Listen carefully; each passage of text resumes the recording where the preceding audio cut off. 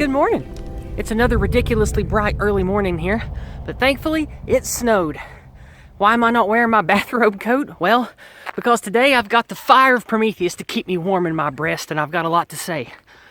I've had a very frustrating last few days, but it's been a good few days. I've gotten into some useful discussions and arguments with people that have really lit a fire in me, and I want to talk about it this morning. So, we're going up to my favorite spot to watch the sun come up, and even though this beautiful cloudy day has a sunspot for me, perhaps it's Prometheus himself shining down on me, what we're going to do is we're going to walk up to my favorite mount, this hillock up here, and we're going to have us a Yizraelite sermon on the mount today. So, we're going to head that way now. So, you might ask yourself, well, Yizz, what has led you to being this fired up today? It's because, in the last few days, I've gotten into serious discussions with people online. You might remember that I like to have discussion and debate in Discord communities, private servers, places where people come together to share ideas. And what I hear from whoever you want to call on the right, part of the white positive community, neo-reactionaries, dissenters, whatever you want to call the group of people who actually care about patriotic stuff. I've been talking to them for days. People have different ideas about isms. They point their fingers at different groups. They talk about how we can weaponize this and mobilize against that. And I think that they missed a critical point that I've been trying to beat into their heads for months. There is no victory besides total victory. There is no libertarian hide in a bunker answer.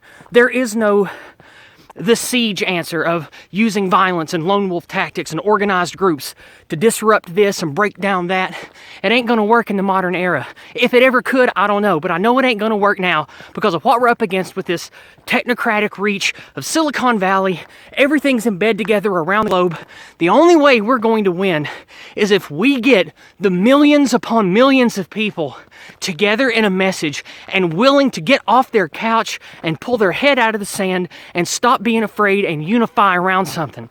And I know a lot of you listening to me right now know, Yizz, there's millions of Americans who got out to vote for Trump. That ain't what I'm talking about. People are willing to vote. I'm talking about people who are willing to give up a little something, give up a little of their time, put a little skin in the game, make a risk. Right now, we have almost nobody willing to do that. And a great man, an American hero that I cherish, a man who unfortunately died before his day, is George Lincoln Rockwell. Say what you want about that man, how he identified or his tactics, but he was right about one thing. He said, why has quote-unquote the right or conservatives in America, why do we always lose against big money and communism? Why do we always lose against the left, against the socialists? Because while we're arguing at our pulpits and to our friends about the particulars of academia and finances, they're out there beating the streets and getting regular folks to unify around the message and to go vote together and to protest and to tear down businesses and do all this other shit against us to take our country away. And he is still right. And so, that's why today I need to talk to you about the power of the word anti-white and the concept of going free. It is the most important thing, in my opinion, that we can do to save our frickin' country. I'm going to tell you why.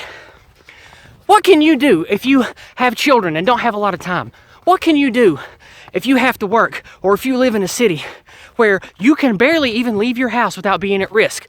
What do you do in these stupid lockdowns? You can talk. You can use the internet. And for those of you that live in a place, luckily, like the place I live, where you don't have to worry about, oh God, it's still too bright. If you are lucky enough to live in a great place like where I live, this wonderful, beautiful, pristine place, if you're lucky enough to live somewhere here where you have a community that doesn't enforce masks and people still love each other and talk together and go to the range and shoot fireworks together and we go to church together, then that is where you talk about the Go Free lexicon and the ideas in Jason's curriculum the most. Now let me tell you something. You might say, well, Yizz, I might have tried that. Well, then you keep trying.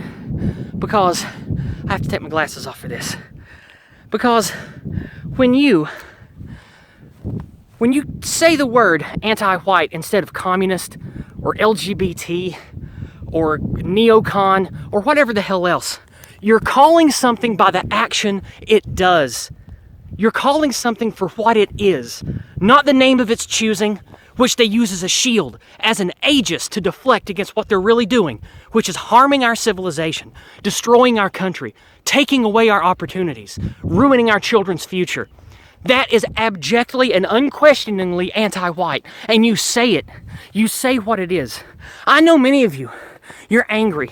You hate the feminists, you hate the queers, you hate the blacks, or the Jews, or whatever the hell else. And I know that, but you gotta train yourself. You have to stop yourself from saying whatever ugly language you would. Instead of saying the N-word, or the word that rhymes with spike, or if you want to say faggot, or tranny, or all these other hateful words, you don't say that. You say anti-white instead. And you say it with the righteous hatred and the piss and the vinegar that I know you have, that all of us have against what's going on right now. You say anti-white instead. You point the finger and you say, that is anti-white, it disgusts me. That's an anti-white demon. They're filling my children's head full of anti-white lies. You use that word because that word is powerful on two fronts. It's simple and emotional. And like the great GLR said, we have to reach people on an emotional, simple level and give them something simple and emotional to unify around. You do that not by talking about the complex JQ. You don't do it by talking about things in history that they might have not been taught in school. You don't do it by talking about complex economic systems or social struggles or the dozen different kinds of isms. You do it by keeping it simple and current. You talk about how the lockdowns, they're anti-white. They're destroying small businesses. They're keeping the white man down. They're keeping us regular folks down. What's the lockdowns doing? They're also keeping us from going to church. Yeah, well, the people that have their own kind of church, you know what I'm talking about. The people that have a non-religious church, like the LGBTs and all the other isms, they get to have their meetings, they get to have their protests, and you make that known, and you call it anti-white. And here's the other thing. This is the most powerful thing, in my opinion, about Go Free. When you use the language of the Go Free lexicon and you say anti-white and anti-whiteism, instead of calling people racial slurs or pointing the finger at a particular racial or religious group, and you say anti-white, even if you're talking to an anti-white, you're saying, here's my hand. And why does that matter? Because if you are not currying positivity and giving and with your emotional message of righteous hatred, if you're not also offering positivity and a path to glory and redemption, no one will follow you. And if you are a nimbus of negativity and hatred about gays or Jews or blacks or Muslims or whatever the hell else, that cancer will trump whatever positivity it is you have to say, and it will even trump the word anti-white itself. So, you don't do that.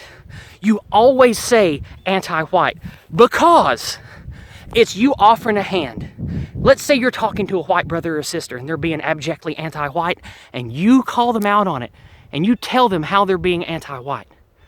You're offering them a hand and saying, but you don't have to be. You don't have to be anti-white, Mr. Black man. You don't have to be anti-white, Mr. Muslim. You don't have to be anti-white, former LGBT member or former communist. You don't have to be that way. You can be another way. Because anti-white, that is action.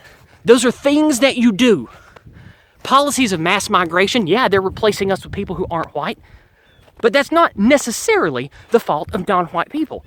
Some of the most vile and cruel and despicable anti-whites in our country are white. If you are going to damn people by the way they're born and by things they can't control, like being raised in a Muslim country, or being a Jew, or a black, or a gay, or whatever the hell else, if you're going to damn them, then the people in your life, they're going to feel a message of hate, not a message of hope and redemption. And when you call it anti-white, you're saying, here's my hand, brother. Here's my hand, sister. Take it. You don't have to be anti-white anymore. Here's the path to love and redemption and positivity. Are you black? That's fine. You align to the archetype of the West with me. This great white country has been better for you, Mr. Black man, for you, Mr. Black woman, than any other country in the history of the world. Look how your people, ugly as slavery might have been, and don't point the fingers at who was really behind that. That's irrelevant and gone. I don't care. You say Now, right now in this country, you, Mr. Black man, you, Mr. Mexican, you are living the best country that has ever been for you. You align with me. You help me beat anti-whiteism. You don't be anti-white anymore. And we achieve destiny together. And that's not a Civ-Nat cope, because you're still making it about race and us having a white country. It's still about us, but the message is one of hope, love, and redemption. And you tell them that. You say that with the righteous hatred and the fire that I know you want to talk about the Jays and the Browns and all these other groups that make you furious. But you say anti-white instead. You say it because it matters. It matters in my life. I've changed the minds of an old black woman and a lot of men at my mom's church group that we go to. They used to be completely heads up their asses about all the lies on the media. And in less than 1 year, I've got them using the word anti-white and not believing the mainstream media, and they trust me now. They ask me at church, hey Yizz, what's this I heard about the lockdowns in A, B, C, D, and E? Is it true they're arresting people in England for this? And I get to tell them, they trust me. You know why? Because I'm not preaching about the J's or the F's or the Browns or any of these other groups, and I don't have a message of hate. I have a message of love and care for my people. And in my country, America, the love for this country, freedom, our Constitution, what we stand for, we make this a great country for the white people it's supposed to be for. And it by default will be better for the non-white people too. That's the point of all of the Go Free lexicon, is to get the people that can be with us to be with us. And to offer our own people who are currently against us a path to redemption. But if you beat a fellow white over the head with the word leftist and communist and faggot and tranny and all these other words, and you beat them with that, they're never going to follow you. They're never going to have a change of heart. They're never going to stop being anti-white. You're going to make them back into a corner and hate you as much as you hate them. And even if you do hate them, you channel that righteous hatred into something positive. You go free. Go free with me. Let's go free together. And let's end this disgusting era of anti-whiteism and reclaim our destiny.